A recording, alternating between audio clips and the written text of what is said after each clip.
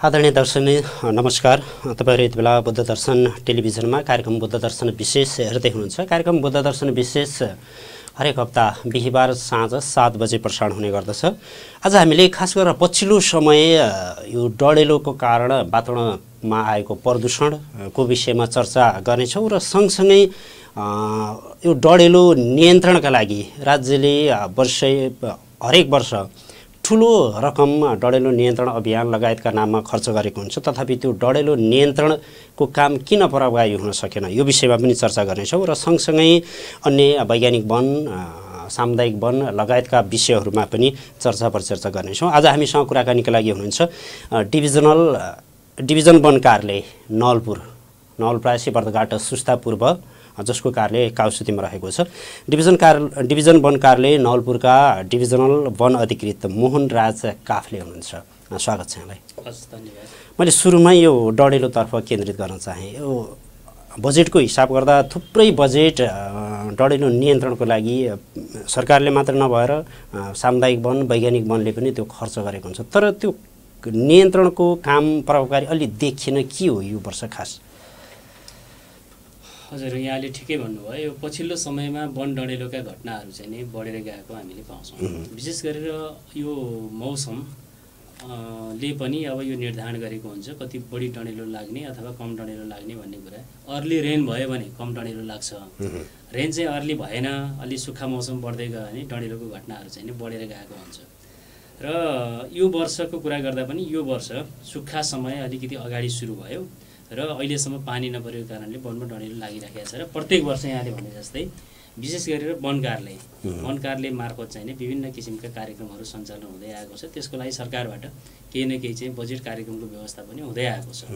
यद्यपि यति हुँदाहुँदै र हामीले सामुदायिक वन उपभोक्ता समूह लगायतका सरोकारवालाहरूलाई परिचालन गर्दै पनि डढेलो हाम्रो नियन्त्रणभन्दा बाहिर पुगिरहेको अवस्था पनि छ। यो चाहिँ नि वास्तवमा यो वास्तविकतै हो। अब यो छुपाउनु पर्ने विषय छैन।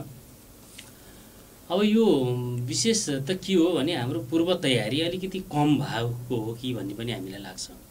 पूर्व तयारी यो अर्थमा कि अब जस्तै नवलपरासी जिल्लामा करिब हामीले व्यवस्थापन गर्ने वन क्षेत्र भनेको सामुदायिक वन, सरकारी वन, कौलियती वन लगायतका विभिन्न प्रकारका पद्धति अपनाएका वनहरूमा करिब 70,000 हेक्टर वन क्षेत्र छ। र हाम्रो संरचना भनेको डिभिजन वन कार्यालय र हामी अन्तर्गत 8वटा सब डिभिजन वन कार्यालयहरू छन्। हाम्रो 110 जनाको कर्मचारीको दरबन्दी हो। अब त्यसमा करिब अहिले हामी 65 जनाले मात्रै चाहिँ नै चलाइरहेको अवस्था छ। दरबन्दी पनि कर्मचारीको रिक्त छ, पदपूर्ति हुन सकेको छैन एउटा। अर्को यथेष्ट स्रोत साधनको व्यवस्थापन हुन सकेको छैन। बजेट त विनियोजन भएको छ तर यसलाई राष्ट्रिय प्राथमिकतामा राखिएको छैन कि अन्य विपदको घटना जस्तो वन डढेलोको घटनालाई सरकारले पनि संवेदनशील रूपमा चाहिँ नै एउटा यो ठुलो विपद हो, प्राकृतिक विपद होइन अथवा म्यानमेड विपद हो भन्ने हिसाबले चाहिँ यसलाई अलिकति एड्रेस चाहिँ नै कम गरेको भन्ने हामीलाई लाग्छ। र स्रोत साधनको हामी कहाँ कमी, एउटा कठिन भूगोल, ठुलो वन क्षेत्र, सीमित कर्मचारी, यसले गर्दाखेरि र हाम्रो पूर्व तयारी त्यही अनुसार चाहिँ नि हुन नसकेको जति गर्नुपर्ने यी कारणले चाहिँ डढेलोको घटनाहरू चाहिँ वृद्धि भइरहेको भन्ने हामीलाई लाग्छ। अब यो डढेलो नवलपुरमा मात्र नभएर देशभर छ होइन। तपाईँले थोरै कुरा कोट्याउनु भयो, पानी परेन, अलिकति मौसम सुक्खा भयो, त्यो कुरा पनि जोड्नु भयो। सरस्वती हेर्दा नवलपुरमा मात्रै 45 भन्दा बढी स्थानमा होइन, तपाईँले हिजो दिनुभएको एउटा तथ्याङ्क हेर्दा 45 स्थानमा डढेलो लागेको, 5100 भन्दा बढी हेक्टर क्षेत्रफल अहिले डढेलोले मासिसकेको यो तथ्याङ्क र गत वर्षदेखि आउँदै गरेको अलि अघिल्लो वर्षदेखि आउँदै गरेको तथ्याङ्क र यो मौसम हेर्दाखेरि यो डढेलो स्वाभाविक हो अथवा कल्पनाभन्दा अलि बाहिर गएको छ? होइन, हामीले अपेक्षा गरे भन्दा चाहिँ नै वन डढेलोको घटना अलिकति बढी नै भएको भन्ने हामीलाई लाग्छ। अब यसका पछाडिका कारणहरू पनि छन् फेरि। र हामीले यो वन डढेलोको ट्रेन्ड हेऱ्यौँ भने चाहिँ नै जहिले चाहिँ सुक्खा मौसम अलिकति बढी हुन्छ ती वर्षहरूमा बढी डढेलो लागेको छ देशैभरि। यहाँले 2009 सन् 2009को घटना हेर्नु भने रामेछापमा थुप्रै सैनिकहरू 11 जना सैनिकहरू एउटै घटनामा वन डढेलो नियन्त्रण क्रममा पनि शहादत प्राप्त भएको छ होइन। भनेपछि मानवीय क्षति पनि भएको छ, थुप्रै वन क्षेत्रहरू चाहिँ नै होइन नोक्सानी भएको छ वन डढेलोबाट। भने यो वर्ष पनि सुक्खा मौसमको कारणले हो। हामीले अपेक्षा त गरेकै हो वन डढेलो केही न केही हुन्छ भन्ने, तर अपेक्षाभन्दा अलि छिटो अलि बढी डढेलो चाहिँ भएको पक्कै हो। हामीले प्रयास गर्दै वन डढेलो रोकथाम नियन्त्रण कार्यक्रमहरू सञ्चालन गर्दै पनि वन डढेलोको घटनाहरू चाहिँ अलिकति वृद्धि भएको छैन, पक्कै हो। अब यो डढेलोलाई हेर्दाखेरि अब यो जस्तो तपाईँहरूले घटना विभिन्न ठाउँबाट आएको सूचनाहरू पनि थाहा पाउनु भएको छ होला होइन, त्यो समग्र हेर्दाखेरि वनमा कतिपय डढेलो प्राकृतिक किसिमले पनि लाग्छ, मान्छे गएर लगाइदिइराखेका छन् कि के छ खास? होइन, यस्तो छ। अब हामीले यो वन डढेलोको विगतदेखि अहिलेसम्मको तथ्याङ्क हेऱ्यौँ भने नेपालमा चाहिँ अधिकांश वन डढेलो मानवीय क्रियाकलापको कारणले हुने गर्छ।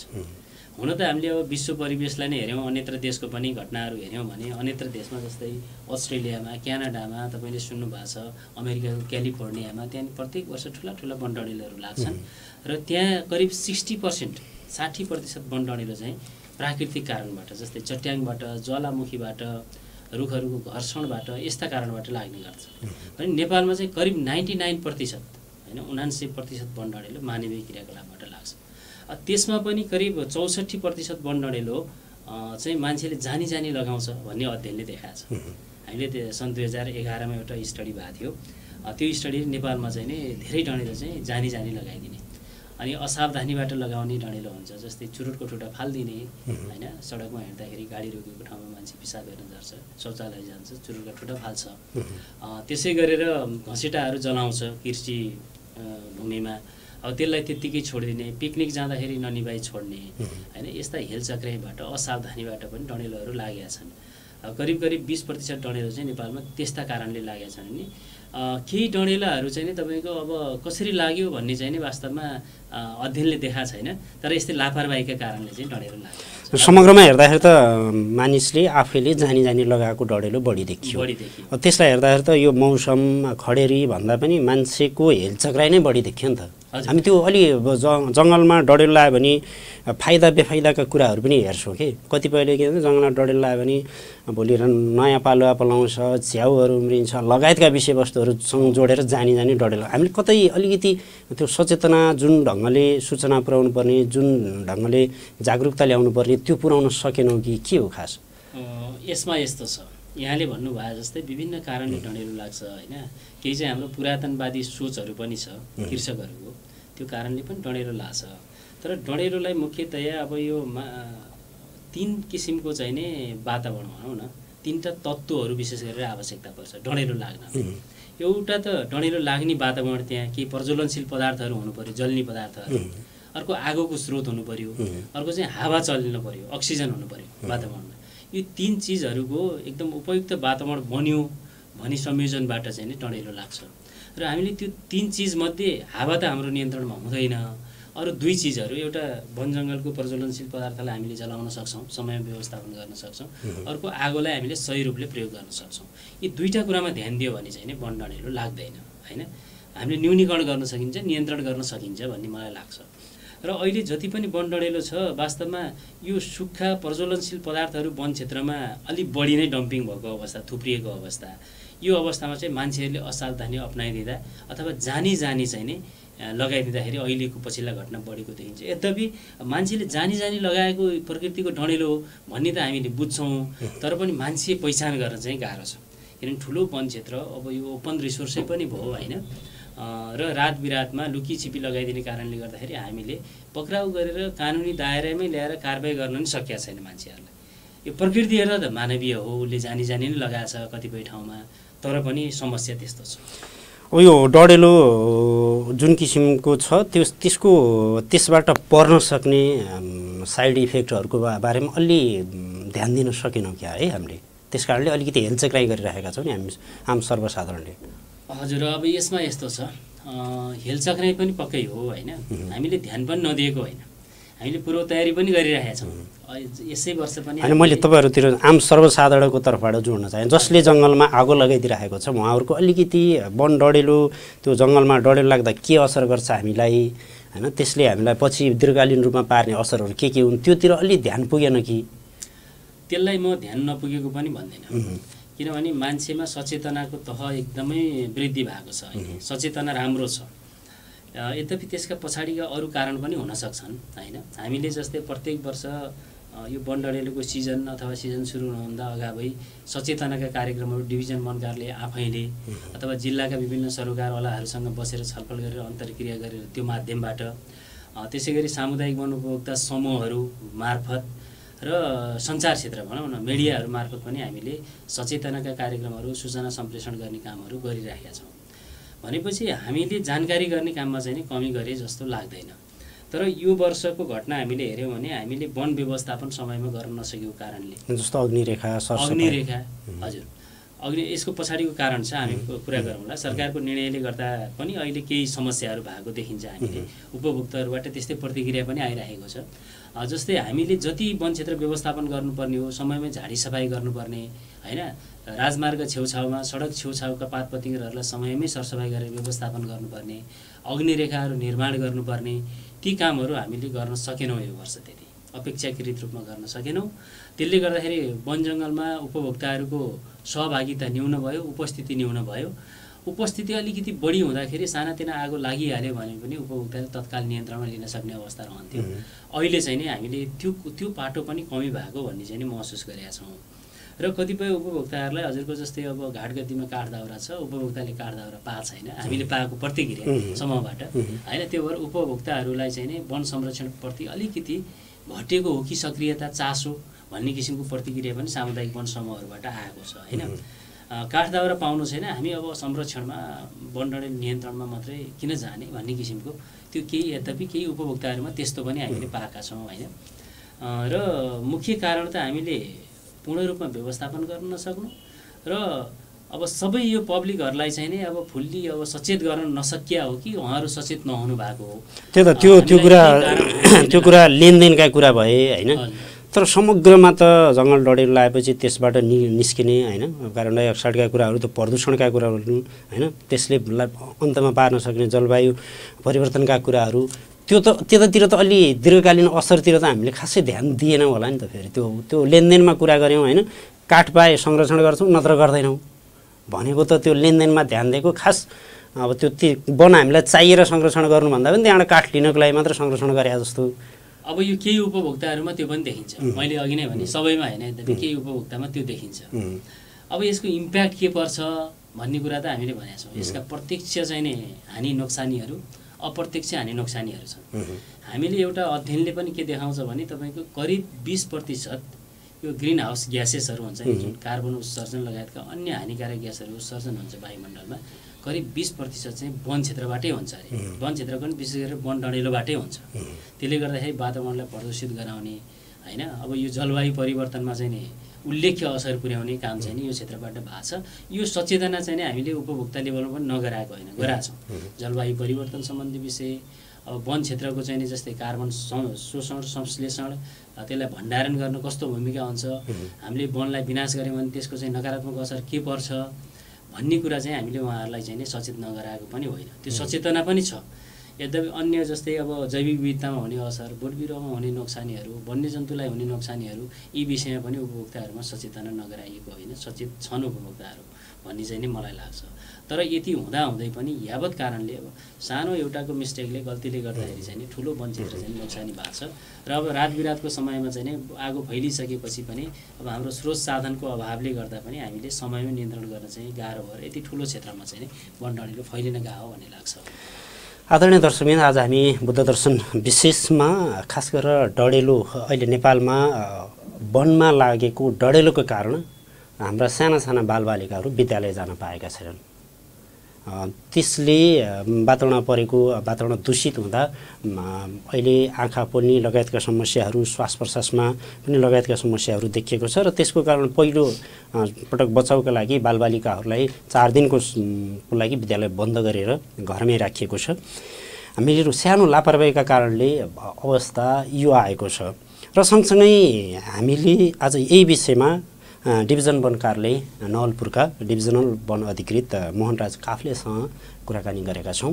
र सँगसँगै हामीले थोरै वन व्यवस्थापनको पाटोमा पनि हामीले जोड्नेछौँ। र अहिले थोरै हामी डढेलोसँग सम्बन्धितै जोड्न चाह्यौँ। यो खास डढेलो लागिसकेपछि होइन, धेरैलाई त तपाईँहरूले अब समूह छलफल गराउनु, तर घर घरमा त्यो विषय नपुगेको पनि हुनसक्छ। डढेलो जङ्गलमा डढेलो लागेपछि हुने नाफा र घाटालाई तुलना गरेर हामीले आम सर्वसाधारणलाई बुझाउनु पर्दाखेरि खास हुने घाटा चाहिँ के हो डढेलोले?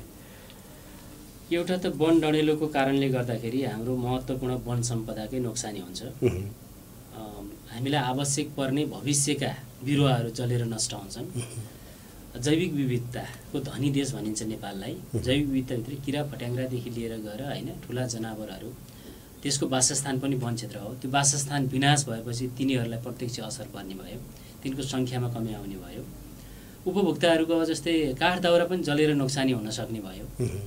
वनकै उत्पादकत्व घट्ने भयो एउटा त, किनभने वन क्षेत्रमा आगो लगाइदिएपछि पानी राम्रोसँग चाहिँ त्यसले सोच्न सक्दैन, माटोको गुणस्तर बिग्रन्छ भनेपछि भविष्यको वनै नराम्रो हुने भयो। भावी पुस्तालाई समेत त्यहाँ डढेलो माटोमा डढेलो लगाएपछि त राम्रो उब्जनी हुन्छन् भन्ने त्यो सोच पनि त छ नि मान्छे। सोच यस्तो छ, डढेलो लगाउँदाखेरि चाहिँ विशेष गरेर सतहमा डढेलो लाग्दाखेरि सतहका पात पतिङ्गरहरू जुन चाहिँ जल्छ त्योबाट बगेर आइसकेपछि खेतबारीमा चाहिँ त्यसले मलको काम गर्छ, त्यो उर्वर बनाउँछ भूमि भन्ने किसिमको किसानको सोचाइ छ। तर जुन त्यो पात पतिङ्गर कुहिएपछि तलको जुन जमिनको माटो हो त्यो माटोलाई चाहिँ अम्लीय बनाइदिन्छ, कडा बनाइदिन्छ। त्यसले गर्दाखेरि त्यसको उत्पादकत्व न्युट्रिएन्ट्स, सोइल न्युट्रिएन्ट्सहरू जुन हुन्छ होइन, खाद्य तत्त्वहरू जलेर नष्ट हुन्छ एउटा। भने अर्को चाहिँ पानी त्यसले जुन इन्फिल्ट्रेसन गर्नुपर्ने हो, जमिन मुनि पठाउनु पर्ने हो, त्यो पठाउन सक्दैन। र डढेलो सहन त्यो डढेलोले माटो धेरै पाक्यो भने त्यो पानी आकाशबाट आएको पानी पनि सोसेर तल जान सक्दैन। जति शोषिन्थ्यो डढेलो नभएको वनमा त्यहाँ त ह्युमस थुप्रेको हुन्छ, ह्युमस जल्छ, पात पतिङ्गर हुन्थ्यो, पात पतिङ्गरले पानी सोसेर राखिदिन्छ, त्यो बिस्तारै सिपेज भएर जान्छ भनेपछि त्यसले हाम्रो वाटर टेबलै घटाउँछ। भोलि पानीको स्रोतै घटाइदिने भयो जमिन मुनिको सतह घट्दै पानीको सतह घट्दै जान्छ। त्यसले हाम्रो पिउने पानी सिँचाइ लगायतमा असर पुर्याउने भयो। एउटा प्रत्यक्ष जैविक विविधता, बोट बिरुवा, जङ्गली जनावर लगायतमा असर पुर्याउने भयो। अर्को हाम्रो भविष्यको वनै नराम्रो हुने भयो, उत्पादनशील वन चाहिँ अनुत्पादकमा परिणत हुँदै जाने भयो। अब कतिपय कस्तो हुन्छन् वन डढेलो लगाउँदाखेरि त्यो हामीलाई नचाहिने अनवान्टेड भन्छौँ कि, हामीले नचाहेका प्रजातिहरू, झार प्रजातिहरू, यो चाहिने यो मिठा प्रजातिहरू बढ्दै जान्छ वनमा र हामीलाई चाहिने साल लगायतका मूल्यवान प्रजातिहरू चाहिँ डढेलो सहन नसकेर त्यो चाहिने नोक्सान हुँदै जान्छ। अनि अर्को के हुन्छ डढेलो लगाएको वनमा त्यसले त्यो रुखको बोक्रा पात पतिङ्गर चाहिँ जलाइदिन्छ। अब त्यो चाहिँ कस्तो पछि रिकभर भएर त्यो रुख हुर्कियो भने पनि त्यसमा काठको गुणस्तर बिग्रिसकेको हुन्छ, समयमै धोत पस्ने, किरा लाग्दै जाने, मक्किँदै जाने, त्यो मक्किएको चिज चाहिँ भित्रसम्म काठको चुरोसम्म पुग्ने भनेपछि भविष्यको काठको गुणस्तर पनि त्यसले चाहिँ बिगार्छ। भने जुन यो वातावरण प्रदूषणको कुरा छ यो त हामीले अहिले पनि भोगिरहेका छौँ होइन। तपाईँले प्रसङ्ग उठाउनुभयो, अहिले सरकारले चाहिँ विद्यालय बन्द गर्नु परेको छ भनेपछि हामी सर्वसाधारणले चाहिँ सबैले चाहिँ यो भोग्नु परेको अवस्था छ, यो विश्वले भोग्नु परेको अवस्था छ। त्यसैले गर्दा यसका असर त अथाह असरहरू छन्, अथाह छ यो कुरा चाहिँ अब उपभोक्ता लेभलमा हामीले घर घरमा गएर बुझाउन नसके पनि समूहका भेला मार्फत, उहाँहरूको साधारण सभा मार्फत ठुलो मासमा जगभर हामी पुग्ने गरेका छौँ। त्यो मासमा चाहिँ हामीले सचेतनाका कुराहरू, उहाँहरूलाई सजग गराउने कुराहरू, यसका हानि नोक्सानी, असरका विषयहरू, कारणका विषयहरूमा चाहिँ प्रकाश पार्ने गरेका छौँ। त्यसैले कुनै न कुनै माध्यमबाट चाहिँ यो उपभोक्ताहरूले बुझेकै हुनुपर्छ भन्ने मलाई लाग्छ।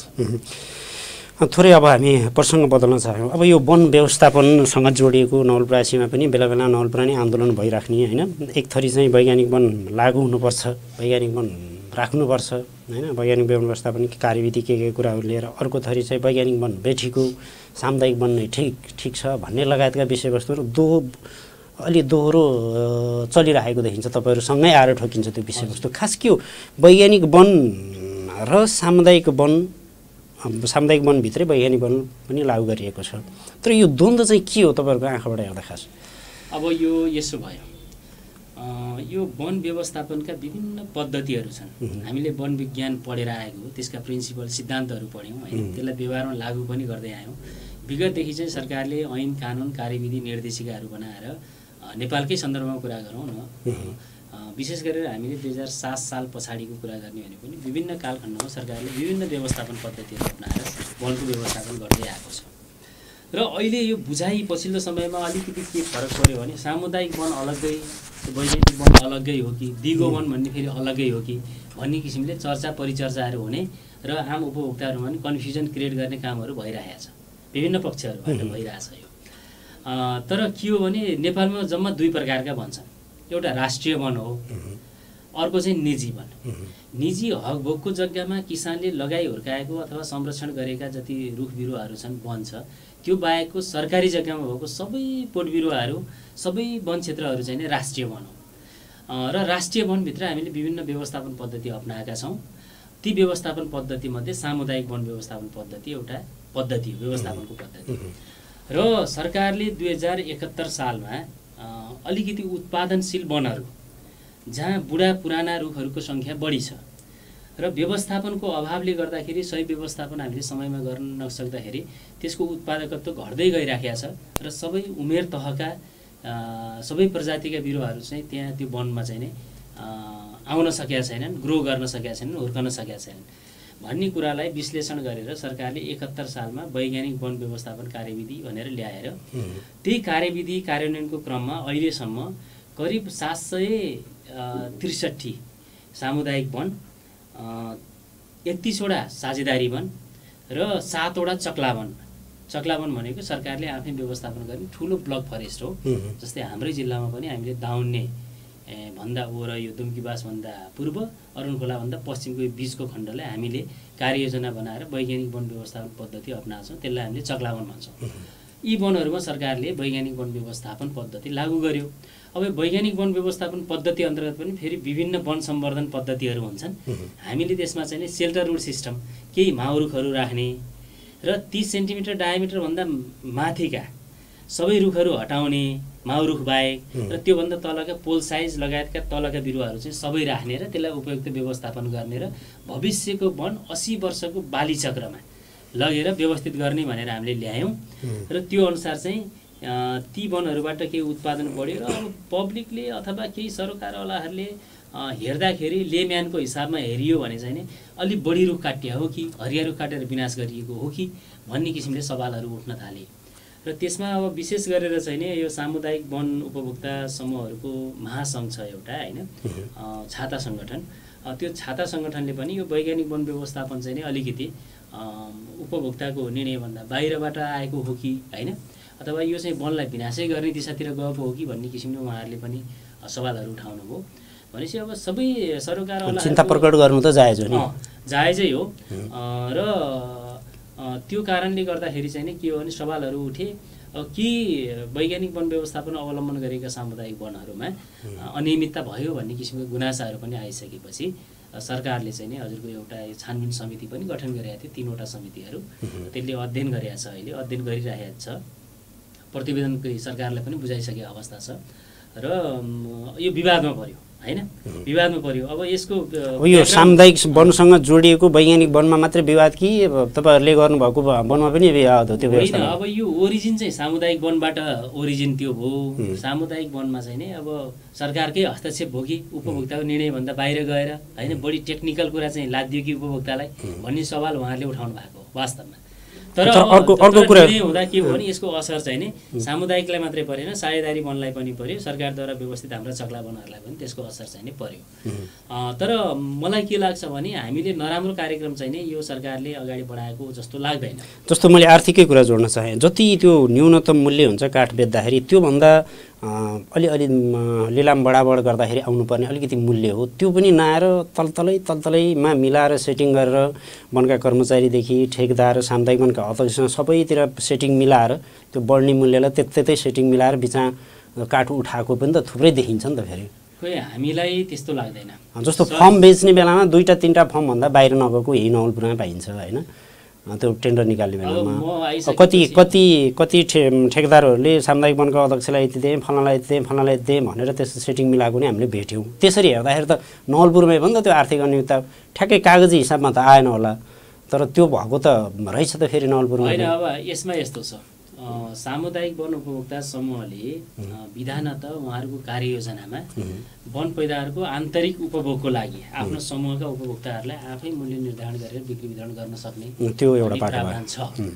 त्योभन्दा तल गएर उहाँहरूले चाहिँ बिक्री वितरण गर्नुहुन्न। जस्तो तपाईँहरूसँगै जोडेर उहाँहरू तपाईँहरूसँग अनुमति लिएर फेरि बाहिर बिक्रीको लागि टेन्डर निकाल्नुहुन्छ। म यो पनि कुरा गर्दैछु। म आइसकेपछि पनि सरकारले यो लगाएको रुख जस्तै केही कुकाठहरूमा चाहिँ नि होइन बिचमा चाहिँ नि फुक्का गरेको अवस्था थियो होइन, र मैले प्रतिस्पर्धा नै भएको पाउँछु। र हाम्रो अर्को एउटा नर्म्स पनि छ। फेरि के नर्म्स छ भने टिम्बर कर्पोरेसन अफ नेपालले बिक्री वितरण गर्ने मूल्य एउटा निर्धारण गरेको हुन्छ। त्यसमा राजस्व दर रेट, केही मुनाफा टिम्बर कर्पोरेसन अफ नेपालको संस्था चलाउने मुनाफा, कटान सङ्कलन, ढुवानीको खर्च लगायत जोडेर एउटा न्यूनतम मूल्य कायम गरिएको हुन्छ।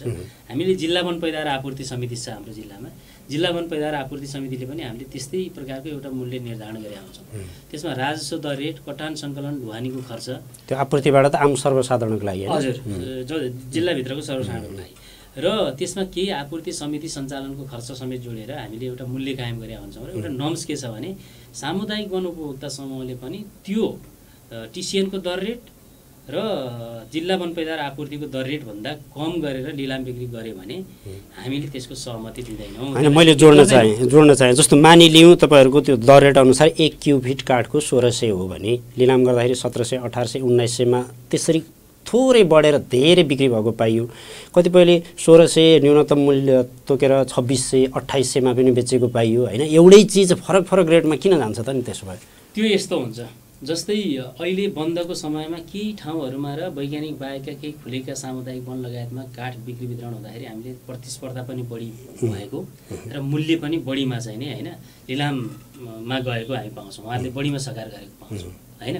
कसो मार्केटमा यो अर्थशास्त्रको सिद्धान्त चाहिँ लाग्छ। त्यही अभाव सिर्जना गर्न फर्मै बाहिर कम जाने, सूचना बाहिर कम जाने जस्ता कुराहरू। सूचना कम जान्छ भन्ने त मलाई लाग्दैन, किनभने राष्ट्रिय पत्रिकामा पनि निकाल्नुपर्ने हुन्छ। हामीले सबै कार्यालयहरूमा सूचना टाँस गर्न पठाउँछौँ, सूचनाको जानकारी आउँछ, त्यसको एउटा प्रक्रिया छ। वन पैदावार सङ्कलन तथा बिक्री वितरण निर्देशिकाले अवलम्बन गरेको जुन प्रक्रिया छ, व्यवस्था गरेको प्रक्रिया, त्यो प्रक्रियाभन्दा बाहिर गएर लिलाम बिक्री हुँदैन एउटा होइन। अर्को यो मलाई के लाग्छ तपाईँको प्रश्नमा भने अर्थशास्त्रको सिद्धान्त लागू हुन्छ। अहिले काठको सर्टेज, काठको फ्लो मार्केटमा कम हुँदाखेरि धेरै हाईमा पनि हामीले अस्ति भर्खरै पनि अलिकति आयोजनातर्फ काठ बिक्री वितरण गरेका थियौँ। त्यसमा 3900 रुपियाँ प्रति क्युबिट पनि बिक्री भएको छ प्रतिस्पर्धा। म आएपछि हेरेको छु प्रतिस्पर्धा नै छ होइन। भनेपछि अब मार्केट सबै जिल्लामा काठ खुल्यो र मार्केटमा काठको फ्लो बढी भयो भने स्वभावतः काठको मूल्य चाहिँ अलिकति घट्न जान्छ, प्रतिस्पर्धा कम हुन जान्छ, त्यो चाहिँ स्वभावतः हो होइन। तर कतिपय हप्ता दिनभित्रै 2-4 सामुदायिक वनले काठ बेचेको छ भने त्यही भित्र पनि कतै तलमाथि भएको त पाइन्छ नि त रेट त। यस्तो हुन्छ, अब हामीले जस्तै लिलाम बिक्रीको प्रक्रियामा गइसकेपछि निर्देशिकाको मापदण्ड प्रक्रियालाई फलोअप गर्नुपर्छ। त्यसलाई फलो गर्दाखेरि न्यूनतम दर रेट, विगतको प्र्याक्टिस होइन, अन्य जिल्लाको प्र्याक्टिस के छ, छिमेकी जोडिएका जिल्लाहरूको प्र्याक्टिस होइन, त्योभन्दा न्यूनतम छ छैन, एउटा रेन्जमा छ कि छैन त्यो हेरेर गर्छौँ। जस्तै एउटा कुनै समूहले 2200मा बेचेको छ भने अर्को समूहले 2100मा पनि बेच्छ। काठको गुणस्तरमा पनि फरक पर्छ। तपाईँको A grade, B grade, C grade सालको काठ छ भने जस्तै बी र सीको बाहुल्यता बढी छ होइन, ए को बाहुल्यता कम छ भने त्यस्तोमा सरदर एभरेज चाहिँ मूल्य कम पनि देखिन सक्छ होइन। तपाईँले भने जस्तै भने त्यो काठको गुणस्तरले पनि निर्धारण गर्छ। त्यसमा अब केही रकम चाहिँ तलमाथि हुनसक्छ, तर हामीले त्यो निर्देशिका कार्यविधि त्यसको प्रक्रियाभन्दा बाहिर गएर चाहिँ नि अहिलेसम्म लिलाम सदर गरेको अवस्था चाहिँ छैन। हामी कार्यक्रमको अन्त्यतिर आइपुगेका छौँ। यो वैज्ञानिक वन र सामुदायिक वन बिचकै द्वन्द्वको विषय मैले थोरै जोड्न चाहेँ। त यो वन व्यवस्थापनको कुरा गरिरहँदा अहिले वैज्ञानिक वनको भनेर जसरी काठ सर्लक्क एउटा चक्ला 80वटा मध्ये एउटा चक्ला जसरी काट्दै गयौँ प्रत्येक वर्ष, त्यो गर्दा पनि अलिकति सामुदायिक वनकाहरूले के भन्ने गर्छन् भने जङ्गल वनभित्र धेरै रुखहरू ढलेर बसेका छन् होइन, त्यसलाई पनि निकाल्दै जाने र वैज्ञानिक वनलाई पनि त्यही ढङ्गले अगाडि लाँदै गर्दा अलि प्रभावकारी हुन्थ्यो कि एकैचोटि सर्लक्क फाड्ने अनि अर्कोतिर त्यो ढलेर कुहिन लागेका रुखहरू छुँदै नछुने। अलिकति मिलेन कि अलि वन व्यवस्थापन चाहिँ काठ बेच्नको लागि मात्रै बढी ध्यान केन्द्रित भयो कि भन्ने कुरा होइन। एउटा चक्ला बनाएर स्वाट काटेर ल्याएपछि उठाउनु पनि सजिलो भयो, सबै कुरा भयो, त्यतातिर अलि ध्यान पुगेन कि भन्ने ढङ्गले सामुदायिक वन महासङ्घ लगायत त्यसरी आवाज उठाइराखेका देख्छौँ। त्यो अलि के हो खास, ढलेका रुखहरू पनि त निकाल्नु पर्ने होला होइन? यस्तो छ, वास्तवमा हाम्रो दुई प्रकारका सामुदायिक वन व्यवस्थापन हामीले गरिरहेछौँ जिल्लामा होइन। एउटा अलिकति बढी उत्पादनशील जसलाई हामीले वैज्ञानिक व्यवस्थापन भनेका छौँ, अर्को अलिकति सीमित उपयोगमा आधारित भनौँ न, उपभोग हामीले कम गर्ने हिसाबका कार्ययोजनाहरू बनाएका छौँ, तर ती पनि वैज्ञानिक हुन्, फेरि नाम मात्रै वैज्ञानिक नदिए हो। त्यसमा हामीले वन नाप्छौँ, सर्वे गर्छौँ होइन, त्यो वनमा कति मजदार छ, कति वृद्धि हुन्छ, कति चाहिँ निकाल्यो भने दिगो रूपमा चाहिँ नि वनले उत्पादन दिइरहेछ भन्ने हिसाब किताब गरेर गरिरहेको हुन्छ। र त्योभित्र हामीले प्राथमिकता चाहिँ नि ढलापडा सुखड खडा छैन भने मर्न लागेका बुढा पुराना हटाउँदै जाने हो ती वनमा पनि। र वैज्ञानिक वनमा चाहिँ के हो भने 80 वर्षको चक्र बनाएको छौँ हामीले सालको। 80 वर्षको चक्रमा हामीले 80 भागको 1 भाग चाहिँ 1 वर्षमा अलिक सघन व्यवस्थापन गर्छौँ। तर त्यो कार्ययोजनामा अन्य विषय पनि उल्लेख गरिएको हुन्छ, अन्य क्रियाकलाप पनि हुन्छ, त्यसलाई बाहिर त्यति ल्याइए जस्तो लाग्दैन मलाई। त्यसमा थिनिङको कुरा भनेपछि त्यो 80 मैले थोरै जानु 80 मध्ये अब यो वर्ष 1 लाख काट्यो भने अरूमा रहेका त्यो ढलेका उसहरू पनि हामी निकाल्दै गर्छौँ, तयारी कटान गर्छौँ। हामीले अर्को 10 वर्ष अबको 10 वर्षपछि काम गर्ने हैन, एउटा प्लटमा गएर हामीले तयारी कटान गर्छौँ। त्यसबाट नि बुढा पुराना ढलेका हैन यस्ता के रुखहरू निकाल्छौँ। अनि पोल साइजको बाहुल्यता भएको क्षेत्रमा हामीले प्रत्येक वर्ष थिनिङ गर्छौँ, पत्ल्याउने व्यवस्थापन काम गरिरहेको हुन्छौँ। ढलापडा सङ्कलन गर्ने पनि हामीले कार्ययोजनामा राखेर ढलापडा नि सङ्कलन गर्छौँ हैन। अनि झाडी सफाइको काम गर्छौँ, अग्निरेखा बनाउँछौँ। प्रत्येक वर्ष चाहिँ नि हामीले कटान गरेको क्षेत्रमा गोडमेल गर्छौँ। अघिल्लो 5 वर्षसम्म हामीले कटान गरेको क्षेत्रमा नयाँ बिरुवा त हुर्काउनु पर्यो, अनि नयाँ बिरुवा हुर्काउनको लागि त्यसलाई तारबार गर्ने, जोगाउने, अग्निरेखा बनाउने, प्रत्येक वर्ष गोडमेल गर्ने लगायतका कामहरू हामीले गर्छौँ। तर बाहिर चाहिँ के ल्याइयो भने अब कटान गरेर एउटा प्लटबाट मात्रै बिक्री वितरण बढी गरियो कि भन्ने किसिमले आएको छ। अब यसमा के छ भने यो एउटा त अलिकति नयाँ ढङ्गको व्यवस्थापन पद्धति अपनाएको हैन। त्यसले गर्दाखेरि कतिपय उपभोक्ता समूहले चाहिँ कार्ययोजना बमोजिमको सम्पूर्ण कामहरू एकै वर्षमा गर्न नसकेको अवस्था पनि छ, त्यो पक्का पनि हो। कतिपय समूहहरूले त्यहाँ उल्लेखित सबै क्रियाकलापहरू गर्नु भएको छ हैन। र हामीले 80 वर्षपछि चाहिँ रेगुलर फरेस्ट बनाउन लागेको, त्यसलाई नियमित वन, राम्रो वन बनाउन लागेको। र अर्को के हो भने कन्सन्ट्रेटेड फेलिङ गर्नेको एउटा चाहिँ राम्रो उद्देश्य के हो भने हाम्रो त्यहाँ चाहिँ नि लगानी कम हुन्छ के, खर्च कम हुन्छ कि, ढुवानी गर्न सजिलो भयो। एकै ठाउँ कन्सन्ट्रेटेड फेलिङ भएपछि हैन थोरै मजदुरले काम गर्न सकियो, धेरै रुख बिरुवा विनाश पनि हुने भएन। हामीले सेलेक्टिभ फेलिङ गर्दै वनभरि खोज्यौँ भने वनभरि ट्र्याक्टर घुमाउँदाखेरि बिरुवाहरू नोक्सानी हुने भयो थप हैन। त्यसलाई संरक्षण गर्न सजिलो हुने भयो। एकै क्षेत्रमा हामीले आगोबाट जोगाउनलाई, बचाउनलाई हैन, अन्य हानि नोक्सानीबाट बचाउनलाई पनि सजिलो हुने भयो। अनि वनमा धेरै मान्छे चाहिँ काम गर्न गइराखेपछि अतिक्रमणको सम्भावना कम हुने भयो, आगो लाग्ने सम्भावना कम हुने भयो। यसका पोजिटिभ पाटाहरू पनि छन् हैन। तर पोजिटिभ पाटो हुँदाहुँदै पनि कतिपय कुराहरू चाहिँ नि अब अहिले मलाई कस्तो पनि लाग्छ भने यो हामी सङ्घीयतामा गइसकेपछि अहिले कानुन निर्माणको चरणमा छौँ, कानुन परिमार्जनको चरणमा छौँ। अब यो चरणमा के हुन्छ भने सबै इन्ट्रेस्ट ग्रुपहरूले चाहिँ के वन क्षेत्र भनेको त सबै धेरैको चासोको क्षेत्र हो नि त, यो धेरै क्षेत्रसँग सम्बन्धित क्षेत्र हो। फेरि वन एक्लो क्षेत्र होइन, कृषिसँग सम्बन्धित छ, पशुसँग छ, समग्र आर्थिक सामाजिक विकाससँग छ, वातावरणसँग सम्बन्धित छ, धेरै क्षेत्रसँग सम्बन्धित छ।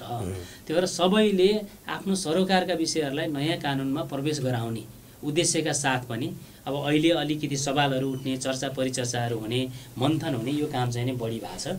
र अब एक पक्षले चाहिँ नै अलि बढी नै यो वैज्ञानिक वन व्यवस्थापनको विरोध गरिसकेपछि सरकारले पनि वास्तवमा गुनासो आइसकेपछि त सुन्नुपर्छ हैन। यही क्रममा चाहिँ नि अहिले अध्ययनकै क्रममा छ। अब यसमा पनि उपयुक्त निर्णय होला भन्ने चाहिँ नि हामीलाई लाग्छ है। अब यो वैज्ञानिक वनकै काठ व्यवस्थापनकै कुरा गर्दाखेरि नेपालमा यति धेरै काठ खेर गएर बसेको छ जङ्गलमा हैन, तर हामी बाहिरबाट ल्याएर नेपालको माग पुरा गर्न परिरहेको अवस्था, यहाँ चाहिँ खास नमिलेको कुरा चाहिँ के हो? यो हामीले पनि चाहेकै त्यही हो, सरकारको नीति तथा कार्यक्रम पनि त्यही हो। अब तपाईँले 71 पछाडिका सरकारका वन क्षेत्रको नीति तथा कार्यक्रम हेर्नुहुन्छ भने वैज्ञानिक वन व्यवस्थापनको माध्यमबाट वन क्षेत्रको उत्पादकत्व बढाउने र वन पैदावारको उत्पादन बढाउने र अहिले जुन विदेशबाट चाहिँ आयात भइरहेको छ काठ दाउरा त्यसलाई क्रमशः प्रतिस्थापन गर्दै जाने भन्ने सरकारको नीति तथा कार्यक्रमै हो। त्यही अनुरूप बजेट एलोकेसन भएको छ, कार्यक्रमहरू बनेका छन्, कार्ययोजना बनेर कार्यान्वयनमा गएको अवस्था हो। र हामीले चाहेको पनि त्यही हो। वन क्षेत्रमा रुखहरू सडेर गइरहेका छन्, उमेर पुगेर हैसियत बिग्रिँदै गइरहेका छन्, विदेशबाट हामीले अर्बौँको काठ वर्षेनी भित्राइरहेका छौँ भनेपछि त्यसलाई प्रतिस्थापन गर्नुपर्छ।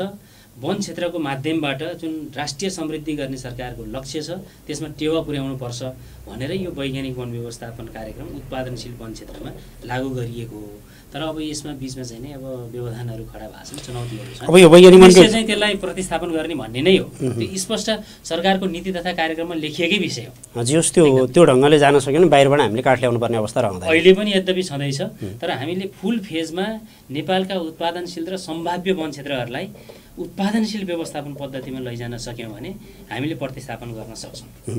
थोरै अब हामी अन्त्यमा छौँ, अन्तिम प्रश्न पनि म राख्न चाहेँ। यो वैज्ञानिक वनकै कुरा गरिरहँदा माउ रुख राख्दाखेरि जुन बच्चा दिन सक्ने रुख नराखेर अलि अर्को वर्ष ढलिहाल्ने खाले हो कि काठ कम दिने खाले त्यस्ता रुखहरू राखिए भन्ने कुरा आए। त्यस्तै अब त्यो भयो भने त फेरि समस्यै होला। फेरि के तपाईँ फिल्डमा जाँदा पनि देख्नुभयो होला, के पाउनु भएको छ? अब यो यस्तो छ, त्यसको पनि एउटा वैज्ञानिकै पद्धति छ कि हामीले त्यो पद्धति अपनाएका छौँ। हाम्रो डबल ट्रिपल चेकिङ होइन इन्ट्री सिस्टम हुन्छ, सफ्टवेयर छ हाम्रो। फिल्डमा कर्मचारीले तथ्याङ्क लिन्छ रुख बिरुवाको, तथ्याङ्क लिइसके त्यसले कम्प्युटरमा प्रविष्टि गर्छ, हाल्छ, नक्सामा देखाउँछ जिआइएसको टेक्नोलोजीबाट होइन। देखाइसकेपछि उसले सर्टेन एउटा मापदण्डको आधारमा चाहिँ नि माउ रुखहरू चाहिँ नि त्यहाँ राख्ने र काट्ने रुखहरू होइन भनेर त्यहाँ इन्डिकेट गर्छ, छुट्याउँछ, सङ्केत दिन्छ। अनि हामीले के गर्छौँ भने त्यसलाई माउ रुखलाई त गएर हामीले पेन्टिङ गर्छौँ, त्यहाँ छुट्याउनु पऱ्यो नि। काट्ने रुखहरूमा हामीले ट्याग ठोकिया हुन्छौँ होइन, माउ रुखहरूमा सेतो घेरा पनि लगाइया हुन्छ पेन्टले होइन। त्यो घेरा लगाउन जाने क्रममा चाहिँ नि त्यो रुख हामीले कम्प्युटरमा हाम्रो सर्टेन विधिबाट छनौट गरेको रुख चाहिँ नि होइन राम्रो परेन, राम्रो बिउ दिने परेन, गुणस्तरीय बिउ स्वस्थ बिउ दिने रुख परेन, स्वस्थ रुख परेन भने हामीले त्यसलाई रिप्लेस गर्छौँ, नजिकको अर्को रुखबाट रिप्लेस गर्छौँ। भनेपछि फिल्ड भेरिफिकेसन गरेर त्यसलाई रिप्लेस गरेर मात्रै काट्ने रुखहरू निर्धारण हुन्छ। र यद्यपि कहिले कहिले के हुन्छ भने ल भेरिफिकेसन गर्ने क्रममा नै त्रुटि हो भने हामी कटानमा जान्छौँ नि, कटानमा जाने क्रममा पनि हामीले त्यस्ता त्रुटिपूर्ण रुखहरू राखिएको रहेछ, अस्वस्थ रुखहरू भने त्यति बेला पनि रिप्लेस गर्ने हामीलाई चान्स हुन्छ हेर्नुहोस् होइन।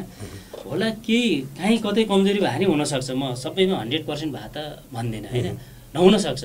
काहीँ कमजोरी भएर त अहिले पछिल्लो समस्या आयो, सरकारले चाहिँ नि होइन एउटा छानबिन समिति गठन गर्नुपर्ने बाध्यता भयो भनेपछि अधिकांश चाहिँ नि हामीले प्राविधिकहरूले चाहिँ नि नजर पुर्याउन सकेका ठाउँमा, किनभने हाम्रो प्रत्यक्ष त इन्भल्भमेन्ट हुन्छ नि त, काठ दाउराको लगत लिने समयदेखि लिएर गएर त्यसो घाटगद्दीमा काठ दाउरा ल्याउने समयसम्म हाम्रो इन्भल्भमेन्ट हुन्छ। त्यो पछिका व्यवस्थापन काममा पनि हाम्रो सपोर्ट हुन्छ, इन्भल्भमेन्ट हुन्छ। भनेपछि मानवीय त्रुटिको कारणले एकाध काहीँ भए बाहेक यदि छ भने होइन त्यहाँ चाहिँ चेकिङ सिस्टम धेरै ठाउँमा छ, त्यो चाहिँ बाहिरबाट लगाउने गरिएको अलिकति आरोपै हो भन्ने मलाई लाग्छ। हुन्छ, स्टुडियोसम्म आएर समय दिनुभयो, यहाँप्रति अहिले आभार व्यक्त गर्दै अहिले पनि छुट्टिन्छु। हस्, यहाँलाई पनि धेरै धेरै धन्यवाद, नमस्ते। आदरणीय दर्शकबिन, आज हामीले कार्यक्रम बुद्ध दर्शन विशेषमा खास गरेर पछिल्लो समय देशभर यो नेपालको मात्र नभएर अहिले विश्वमा पनि वन डढेलो नियन्त्रण ठुलो चुनौतीको समस्या बनेको छ। तथापि हामीले साना कुराहरू ख्याल गऱ्यौँ भने वन डढेलो नियन्त्रणमा हामीले ठुलो फड्को मार्न सक्छौँ। खास गरेर यो वनलाई डढेलो नियन्त्रण गर्न सक्छौँ। हामी आफैले गएर जङ्गलमा आगो नसल्काइदिएसम्म डढेलो लाग्दैन, यो पनि बुझ्न आवश्यक छ। हामी कतिपय त जान्दैनौँ होला, जति गएर जङ्गलमा डढेलो लगाएका छौँ एउटा मान्छेका कारणले त्यहाँका हजारौँ मान्छेले दुःख पाउने गरेको अवस्था छ। अहिले पछिल्लो घटना हेर्ने हो भने पनि होली लगत्तै 4 दिनको लागि विद्यालय बन्द गरिएको छ प्रदूषणका कारण। यो देशभर यो समस्या छ, हाम्रो नवलपुरमा मात्र नभएर ठुला ठुला सहरहरूमा पनि अहिले समस्या देखिएको छ डढेलोको कारण भएको प्रदूषणका कारण। र खास गरेर त्यस्तै गरेर हामीले वैज्ञानिक वनको व्यवस्थापन लगायतका विषयवस्तुमा पनि चर्चा गऱ्यौँ। आजको कार्यक्रम बुद्ध दर्शन विशेषबाट म रामकुमार अर्को सातासम्मका लागि बिदा हुन्छु। हस्त नमस्कार।